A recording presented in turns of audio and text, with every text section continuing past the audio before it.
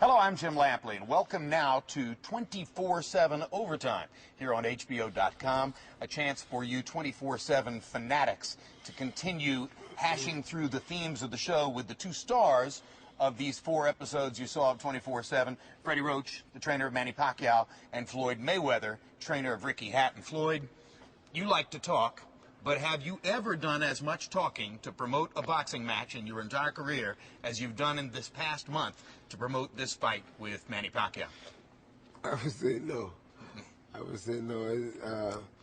But one thing about it, the show is going off good, and I like what I see, and I like what I'm doing as well. I mean, because this is part of keeping the show live and keeping the fight live. And that's what it's all about at the end of the day. Did you use the show to gather intelligence about what Freddie and Manny might have been doing? Or did you say to yourself, this is all showbiz, and whatever I might see from them doesn't necessarily tell me what could happen in the fight? I really be honest with you, I never looked, to be honest. I know Freddie been saying that Pat gonna get Ricky in 3, but ain't nothing I believe. So to me, it didn't even make sense for me to even look at the TV about trying to find out what is Pat gonna do to get Rick in trouble. I never thought about nothing like that because that ain't what it's about with me. At the end of the day, it's going to be totally different. One question before I turn to Freddie Roach for a second. Some of our viewers have noted in feedback on the website that they don't feel like they've seen Ricky Hatton sparring much in 24/7. Did you make a decision, or did Ricky make a decision to keep that in the dark? You know, Freddie Roach made that comment on the radio about, we ain't never seen the man spy. We ain't never seen the man spy. He gonna spy come May the 2nd. It's going to be a sparring match, and it's going to be over pretty quick. All right, let's turn to Freddie Roach, the trainer of Manny Pacquiao. Do you think that they're hiding something, as you've suggested by saying that we didn't see Hatton spar much? Of course, they don't want us to see him spar, but that's okay. I get my reports about how he's been sparring and getting beat up and sparring, but, that's all hearsay, though. But, 24/7 asked me if they can film Manny sparring, and they said, can we film a couple rounds? I said, you can film everything. I said, go ahead. I'm open book, I said, because I don't feel that they can handle Manny's speed, and there's nothing they can really do about it. So I let them film whatever they wanted. One thing that becomes clear to 24/7 viewers is that Manny Pacquiao's life is intense, that it is sometimes complicated, that there's a constant storm of activity around Manny. It involves money, it involves the people that he supports, it involves the various jobs that many people have in his entourage. Do you ever worry that this becomes a distraction for Manny, or does he thrive on all the confusion around him? He thrives on it, for sure. One thing about Manny Pacquiao, he has a lot of distractions, and he's famous in his country, he's a singer, he's a movie star, but, when he comes through the wild card doors, he leaves that all behind him. He can separate that, and his work ethic is unbelievable. And, we had a great training camp for this one, and, he likes his homies being around him. He likes sleeping with 12 guys in a 2-bedroom house. I mean, they clingy people. They enjoy each other. They play darts. They sing karaoke. It keeps them loose and keeps them happy. As you've done all of the tremendously entertaining byplay with your counterpart here leading up to the fight, I've had to wonder, watching 24/7, does Freddie play with the cameras the way he does to draw attention to himself and take pressure off of Manny Pacquiao because he thinks that by doing all this he's going to distract Floyd and Ricky from their task, or just because it's so much fun? Just because it's fun. Plain and simple. Mm-hmm. Yes, I mean, 24/7, it's fun. I mean, the guys, I've been with them a couple of times now. We know each other, I let them shoot what they want, and when we tell them to go home, they go home. And, it's a well-done show, and I enjoy it. Floyd, the assumption is made that Ricky Hatton hired you with an eye toward improving his boxing skills, particularly his defense, at this stage of his career. He's a veteran fighter, been doing this a long, long time. Right. Can you affect what he does, or is it more about building more confidence for him? It ain't about me building no confidence. I ain't got either.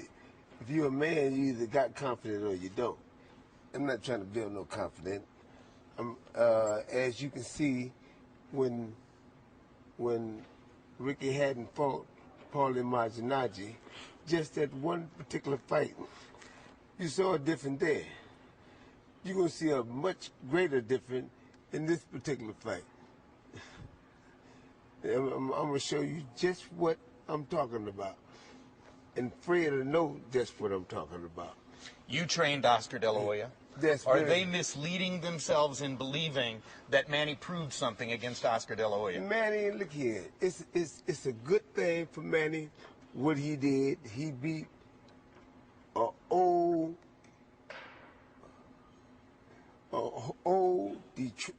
dehydrated Oscar De La Hoya. If anybody didn't see that De La Hoya was dehydrated, something wrong. If he didn't see it, something wrong with him. If he didn't see that,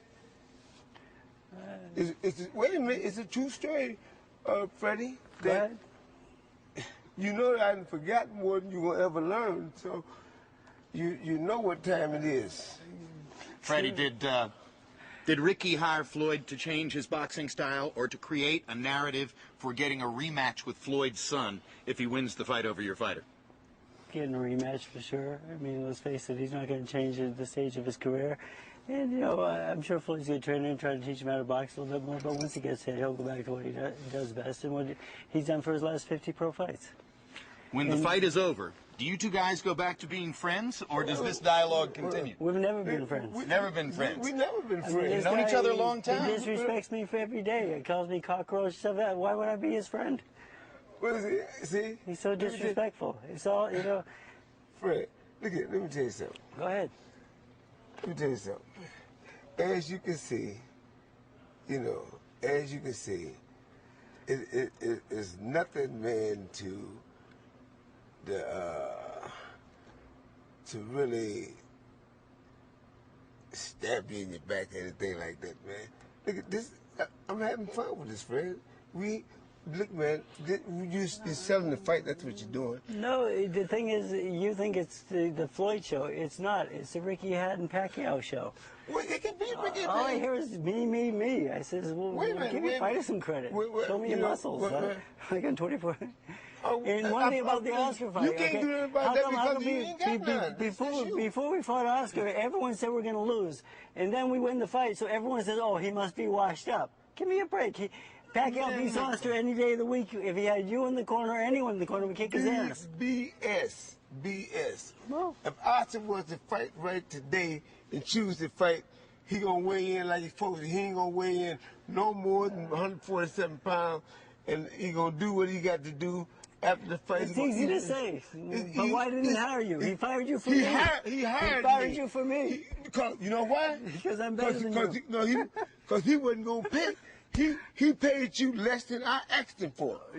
He paid you less than I asked him for. Welcome back, friends, to the show that never ends. You got all 4 episodes of 24/7 still available on HBO on demand. The live fight, HBO pay-per-view, May 2, live from Las Vegas. Manny Pacquiao and Ricky Hatton. Thanks, guys. Cause you know what? It's over. On your day, I'll knock you out. Please. Cheers. It's 1,000 years ago. Thank you, guys. You're an old man. You're an old man. I know. You're older than me right now. Thank you, Floyd. So one thing I want to tell you, Freddie, before I get this drink, I want to tell you this right here. First of all, 3 times. You're too soft. 3 times. So soft for what? For what? So you gonna be soft that night. You gonna be soft that night. What does that get to do with it? You gonna be somewhere. You know what? Because when Pacquiao gets up there and fights, I sit down. I don't have to be fucking hard. Jesus Christ. Well, guess what? I don't tell me to be hard as when I'm with a girl.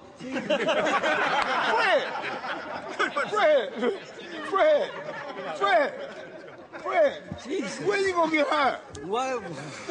Ain't gonna get hurt. When I get a girl. Bye, Floyd.